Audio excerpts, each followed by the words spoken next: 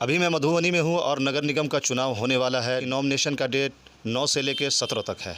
जो भी प्रत्याशी है अपने अपने स्तर से मेहनत कर रहे हैं, चाहे वो ज़मीनी स्तर से हो, चाहे वो लोगों तक जा कर के पहुँच करके वो मेहनत कर रहे हैं, चाहे मीडिया के ज़रिए से। हमारे साथ एक प्रत्याशी बैठे हैं बातचीत करने के लिए, अभिषेक उर्फ छोटू, जो एडवोकेट हैं। चलिए मैं इनसे ख़ास कुछ बातचीत करेंगे और पूरी जानकारी लेंगे। सबसे पहले तो हमारे चैनल पर आपका स्वागत है। धन्यवाद। परिचय दे दीजिए। मैं एडवोकेट हूँ सिविल कोर्ट में जी। और इस बार नगर निगम का मेयर प्रत्याशी भी हूँ। मेरा नाम अभिषेक रंजन है उर्फ छोटू यादव। मैं मधुबनी का स्थायी निवासी हूँ। कैसे ये सोच हुआ कि नगर निगम के चुनाव में आप मेयर पद से लड़ रहे हैं? देखिए, ये सिर्फ मेरी सोच नहीं है।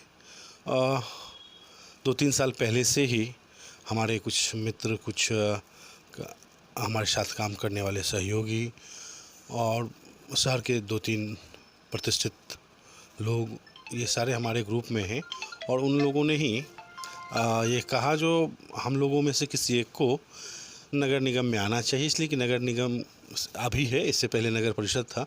नगर परिषद की स्थिति बहुत ही दयनीय और जर्जर थी।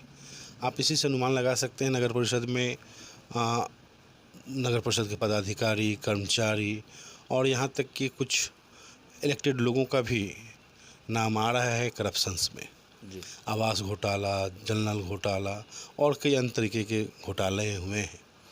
तो सिर्फ हमारे आपके कह देने से देखिए ऐसा है वो ऐसा है, आपको भी कहीं ना कहीं सशक्त रूप में वहाँ आगे आना पड़ेगा।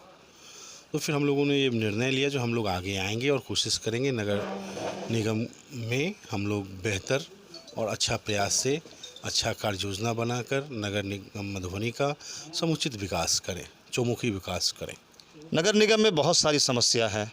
कुछ ऐसा बताइए जो अगर आपको जनता चुनती है तो कुछ ऐसे काम जो जीतने के बाद तुरंत आप करेंगे। देखिए, नगर निगम मधुबनी का जिनको भी ताज मिले, मतलब जो भी मेयर बनते हैं, उनके लिए फूल का सज्जा नहीं मिलने वाला है, वो कांटों से भरा हुआ ताज होगा। इसलिए अब पहले ही मैं बता चुका हूँ, जो इतने उसमें एक से एक स्कैम हो चुका है, पहले उसको फिलअप करना, फिर नए कार्य योजना बनाकर फिर नए ढंग से कार्य करवाना कोई कम बड़ी बात नहीं होगी किसी भी मेयर के लिए। और जहाँ तक मेरा विचार है वो ये है, जो देखें आप आज के डेट में नगर निगम के पास न अपना पर्सनल हॉस्पिटल है, न एक भी फंक्शनल स्कूल है, न एक भी सार्वजनिक शौचालय है। और मधुबनी शहर के अंदर आप देख रहे हैं स्टेडियम है, उसका भी स्थिति एकदम मरणासन है।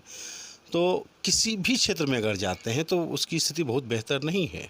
हाँ, अभी नगर निगम में किंग्स कैनाल और वाटसन कैनाल के ऊपर निर्माण हो रहा है नालों का।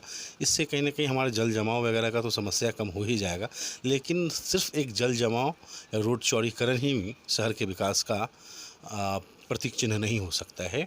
उसके लिए एक प्लान होना चाहिए और प्लान के हिसाब से आप अपने शहर को चौमुखी विकास की ओर ले जा सकते हैं। जब तक आपका एक बेहतर कार्य योजना नहीं होगा तो आप कोई भी कार्य सही ढंग से नहीं करवा सकते हैं। मेरा मानना है अभी तक नगर परिषद का कार्य योजना बेहतर नहीं रहा है, इसलिए शहर का समुचित विकास नहीं हो पाया।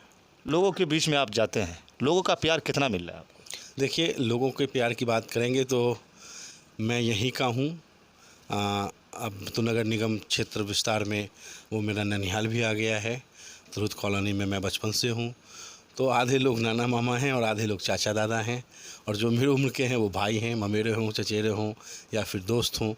तो मैं यहाँ के लिए बहुत ही ज़्यादा लोकल हूँ और मतलब यहीं मेरी पैदाइश ही है, मेरे 2 पुरखों की पैदाइश है। तो कहीं ना कहीं सारे लोग अपने हैं रिलेशंस में ही हैं। आप एडवोकेट हैं, समाज के लिए कुछ ऐसे किए हैं जो जनता जानना चाहती है?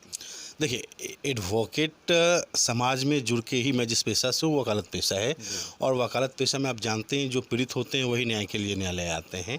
तो बहुत सारा ऐसे केसेस हैं जिससे लोगों को पर्सनल तौर पे, सामाजिक तौर पे बेनिफिट होता है। अभी मधुबनी के जितने भी बहुत चर्चित केस हैं, अगर आप उसको देखेंगे तो कहीं ना कहीं मैं आपको दिख ही जाऊँगा।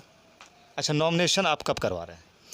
15 मई को, अभी तक 15 मई को हम नामांकन करेंगे।